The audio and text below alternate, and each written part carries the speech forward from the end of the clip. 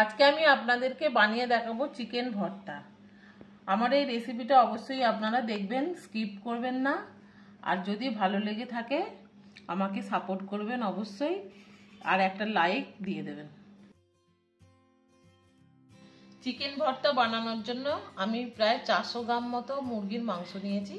তো এইগুলো প্রায় সব পিসগুলোই বোনলেস, এইগুলো বুকের মাংস।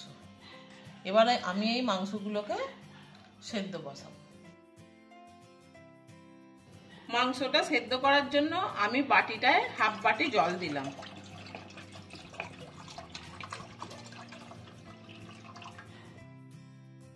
এবার এতে 2 টুকরো দারচিনি দিয়ে দিলাম। জলটা একটু ফুটে উঠলে মাংসটা দিয়ে দেব।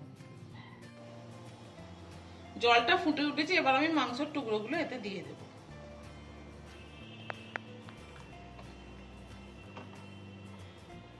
একটু সামান্য নুন দিয়ে দিচ্ছি। মাংসটা অর্ধেক সেদ্ধ হয়ে গেছে, এবার আমি এটাকে ছেঁকে নেব আর স্টকটা রেখে দেব।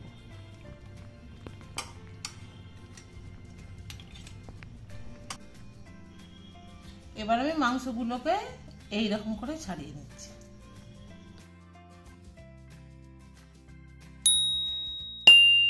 মাংসটা ছাড়ানো হয়ে গেছে। ফ্রাইং প্যানে পরিমাণ মতো তেল দিলাম।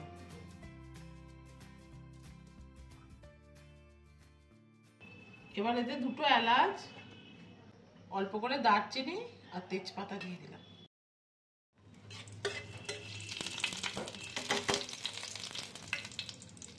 এবার এতে আগে থেকে বেটে রাখা একটি বড় সাইজের পেঁয়াজ দিয়ে দিলাম।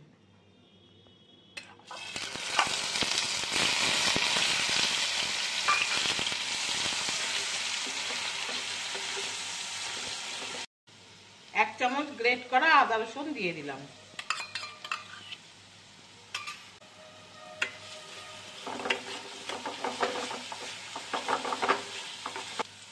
একটা বড় সাইজের টমেটো বেটে রেখেছিলাম, এবার এইটা এতে দিয়ে দিচ্ছি।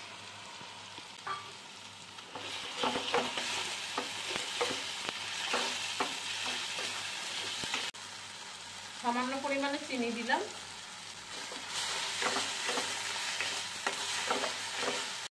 এইটা ভালো করে কষা কষা হয়ে গেলে, তেলটা ছেড়ে এলে এবার আমি মাংসের টুকরোগুলো এতে দিয়ে দেবো।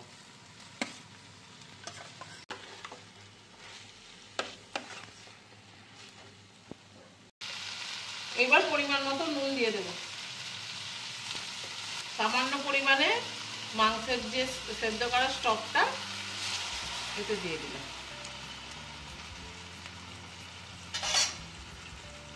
দিয়ে ভালো করে নেড়ে নেব। এবার এতে ছোট চামচের 1 চামচ ধনে গুঁড়ো আর একটু কাশ্মীরি লঙ্কা দিলাম।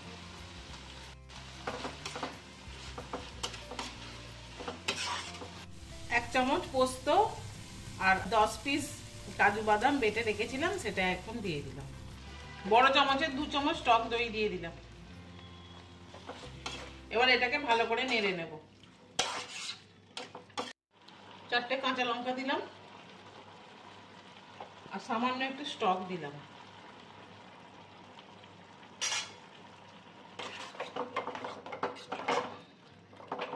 এবার এতে অল্প পরিমাণে মাখন দিয়ে দিলাম।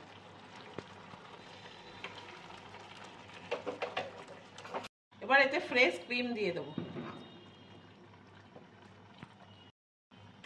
দিয়ে নাড়িয়ে নিলাম। রান্না কমপ্লিট হলো। গ্যাসটা এবার অফ করে দেবো।